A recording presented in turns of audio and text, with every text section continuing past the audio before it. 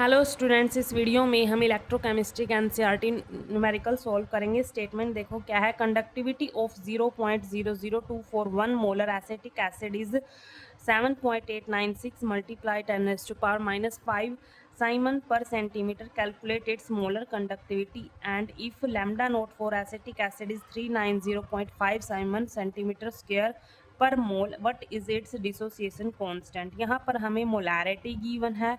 Molarity को हम concentration बोल रहे हैं, ठीक है।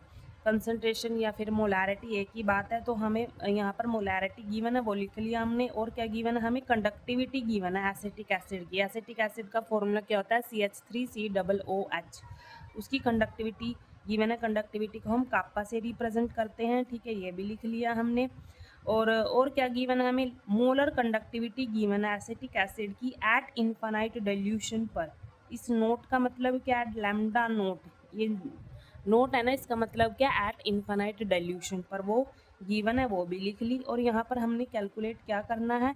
कैलकुलेट करना है it's molar conductivity at this concentration. Molar conductivity calculate करनी है, जो ये हमें कंसंट्रेशन गिवन है ना, इस कंसंट्रेशन पर कैलकुलेट करनी है। और डिसोसिएशन कांस्टेंट कैलकुलेट करना है।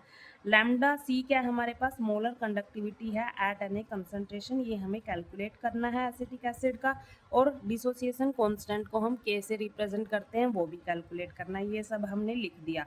अब देखो हम सबसे पहले क्या करेंगे? मोलर कंडक्टिविटी निकाल लेंगे। यहाँ पर मोलर कंडक्टिविटी ही कैलकुलेट करेंगे एसिटिक एसिड की इस कंसंट्रेशन पर। उसका फॉर्मूला हमारे पास क्या होता है? काप्पा मल्टीप्लाई 1000 डिवाइड बाय मोलैरिटी, ठीक है। अब यहाँ पर हमें काप्पा की वैल्यू देखो यहाँ पर गिवन है, बस पुट कर दो यहाँ पर 7.896 मल्टीप्लाई 10⁻⁻5, यहाँ पे मल्टीप्लाई 1000 डिवाइड में क्या? मोलैरिटी। मोलैरिटी भी गिवन है 0.00241, ठीक है। अब क्या करेंगे? बस इसको सॉल्व कर लेंगे। यहाँ पर सॉल्व कर लेते हैं। देखो ये जो इसको हम पावर में लिख लेते हैं। यहाँ पर 7.896 मल्टीप्लाई 10⁻⁻5, यहाँ पर इसको हम क्या लिख सकते हैं? 10⁻³ लिख सकते हैं। और यहाँ पर 0.00241 ऐसे ही रहेगा। अब देखो पावर सेम है तो सॉरी बेस सेम है तो पावर ऐड हो जाएंगी ना। बेस यहाँ पर दोनों का 10 है तो पावर ऐड हो जाती है, तो क्या आएगा? 7.896 मल्टीप्लाई 10⁻⁻2 आ जाएगा यहाँ पर। और नीचे क्या? 0.00241 है। अब देखो यहाँ पर जो ये नीचे है, यहाँ से अगर हम पॉइंट हटाएंगे और यहाँ पर लगा देंगे, 2 से पहले अगर पॉइंट लगाएंगे हम, तो क्या करना पड़ेगा? 10⁻⁻2 से हमें मल्टीप्लाई करना पड़ेगा। 7.896 मल्टीप्लाई 10⁻⁻2 ऐसे ही लिखा हमने। और जो नीचे है ना, इसको हम शॉर्ट फॉर्म में अगर लिखें 0.241, क्योंकि इतनी सारी जीरो है ना, तो हमने क्या किया? इसको यहाँ पर पॉइंट लगा दिया 2 से पहले, यहाँ से हटा के 2 से पहले 2 जीरो। देखो 2 जीरो के बाद यहाँ पर लगाया, तो हमने क्या करना पड़ेगा? 10⁻⁻2 से हमें यहाँ पर मल्टीप्लाई करना पड़ेगा, ठीक है। अब क्या करेंगे? इससे ये कैंसिल हो जाएगा। क्या बचा? 7.896 डिवाइड बाय 0.241 बचा। और ये हमारे पास क्या आ जाएगा?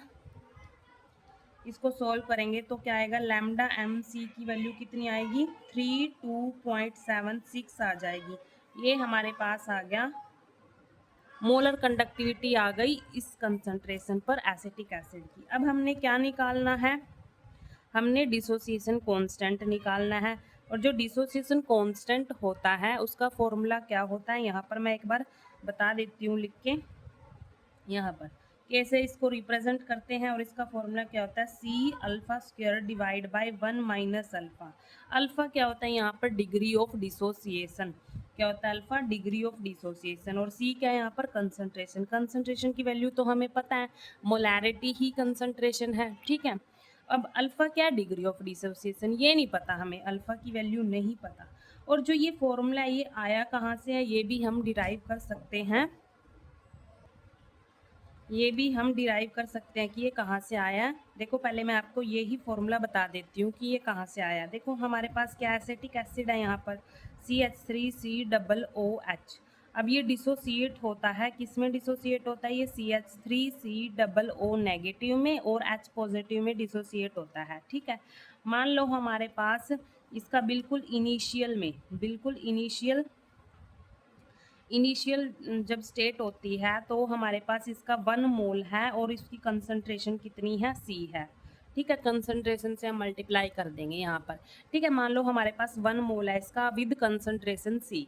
अब यहाँ पर बिल्कुल इनिशियल स्टेट में ये डिसोसिएट नहीं हुआ होगा, ऐसे ही पड़ा होगा सॉल्यूशन में। ठीक है, तो आयंस बनेंगे ही नहीं, यहाँ पर 0 आयंस बनेंगे। ठीक है, अब मान लिया हमने कि अल्फा मोल डिसोसिएट हो गए। कितने अल्फा मोल डिसोसिएट हो गए? ठीक है, अब जितने मोल डिसोसिएट होते हैं, मान लो 1 में से अल्फा मोल डिसोसिएट हो गए, अब जितने मोल डिसोसिएट होते हैं उतने ही आयन यहाँ पर आयंस बनेंगे, है ना? जितने डिसोसिएट होंगे उतने ही आयंस बनेंगे। यहाँ पर कितने बनेंगे? मैंने बोला अल्फा मोल डिसोसिएट हुए हैं तो इनके भी अल्फा ही आयंस बनेंगे। मान लो इसके भी अल्फा बने, इसके भी अल्फा बने। अब मैंने क्या बोला? कंसंट्रेशन हम क्या लेके चल रहे हैं? C कंसंट्रेशन लेके चल रहे हैं, तो C से यहाँ पर इसको मल्टीप्लाई कर दिया। ठीक है, अब ये किस किस कंडीशन पर थी? ये इक्विलिब्रियम कंडीशन पर है। ये सब कुछ क्या है? इक्विलिब्रियम कंडीशन पर है। बिल्कुल इनिशियल में तो हमारे पास 1 मोल था और उसके कुछ भी आयंस डिसोसिएट नहीं हुए थे, कुछ भी नहीं बने थे आयंस, 0 बने थे। अब मान लिया हमने इक्विलिब्रियम पे कि 1 में से अल्फा मोल डिसोसिएट हो गए। अब जितने डिसोसिएट हुए हैं उतने ही तो आयंस बनेंगे। CH3COO नेगेटिव के भी अल्फा बनेंगे, H पॉजिटिव के भी अल्फा बनेंगे विद कंसंट्रेशन C। अब यहाँ पर डिसोसिएट होने के बाद यहाँ पर कितने बचेंगे? 1 माइनस अल्फा बचेंगे, है ना? क्योंकि अल्फा तो डिसोसिएट हो गए। यहाँ पर बचेंगे कितने? 1 माइनस अल्फा बचेंगे और इनकी कंसंट्रेशन क्या? C है। ठीक है, अब यहाँ पर जो डिसोसिएशन कांस्टेंट होता है उसको कैसे रिप्रेजेंट करते हैं, कैसे निकालते हैं? जो हमारे पास ये डिसोसिएशन के बाद जो आयंस बने हैं उनका प्रोडक्ट लिखेंगे। ठीक है, डिवाइड में जो हमारे पास बचा है उसको लिखेंगे 1C माइनस अल्फा C। यहाँ पर अल्फा स्क्वायर आ जाएगा, C स्क्वायर आ जाएगा, यहाँ पर C कॉमन ले लेंगे तो क्या आ जाएगा? 1 माइनस अल्फा। एक C से एक C कैंसिल हो जाएगा तो हमारे पास क्या आएगा? यहाँ पर C alpha square divide by 1 minus alpha. तो हमारे पास ये फॉर्मूला यहाँ से आता है। तो इस फॉर्मूले को आप ऐसे भी याद रख सकते हो और ऐसे निकाल के भी हम देख सकते हैं। ठीक है, अब देखो यहाँ पर जो अल्फा है वो क्या है? Degree of dissociation. Degree of dissociation ये हमें पता नहीं है, ये हमें निकालना पड़ेगा। अल्फा का जो फॉर्मूला होता है वो देखो क्या होता है? Molar conductivity at an concentration divide by molar conductivity at infinite dilution. ये इसका फॉर्मूला होता है अल्फा निकालने का, डिग्री ऑफ डिसोसिएशन का। ये कोलरस लॉ की एप्लीकेशन है, उसमें ये फॉर्मूला है। ठीक है, वहाँ से आप इसको डायरेक्टली याद रख सकते हो कि अल्फा का फॉर्मूला क्या होता है? Molar conductivity at an concentration divide by molar conductivity at infinite dilution. तो ये तो हमने निकाल रखा है। लैम्डा MC ऊपर निकाला था, कितना था? 32.76 था। और जो लैम्डा नोट ये है इनफाइनाइट डाइल्यूशन पर, ये हमें गिवन है 390.5। अब इसको हम डिवाइड कर लेते हैं, कितना आएगा? 0.0838 आ गया यहाँ पर। इसको अप्रोक्सीमेट हम क्या लिखेंगे? देखो यहाँ पर अगर कोई भी लास्ट वाला डिजिट 5 या 5 से बड़ा हो तो उससे नेक्स्ट वाले डिजिट में हम 1 ऐड कर देते हैं तो कितना आएगा? 0.084 आ जाएगा। ये हमारे पास अल्फ़ा की वैल्यू आ गई। अब देखो हमारे पास अल्फ़ा की भी वैल्यू आ गई और हमें C की वैल्यू भी पता है, कंसंट्रेशन भी पता है हमें। ठीक है, तो हम क्या करेंगे? इस फॉर्मूले में हम पुट कर देंगे डिसोसिएशन कांस्टेंट K का फॉर्मूला, ये C alpha square divide by 1 minus alpha. बस यहाँ पर पुट कर दो, क्योंकि क्वेश्चन में तो हमें डिसोसिएशन कांस्टेंट निकालने के लिए बोला गया है ना। तो C कितना है? मोलैरिटी को ही हम कंसंट्रेशन बोल रहे हैं ना। मोलैरिटी क्या होती है? कंसंट्रेशन ही तो होती है।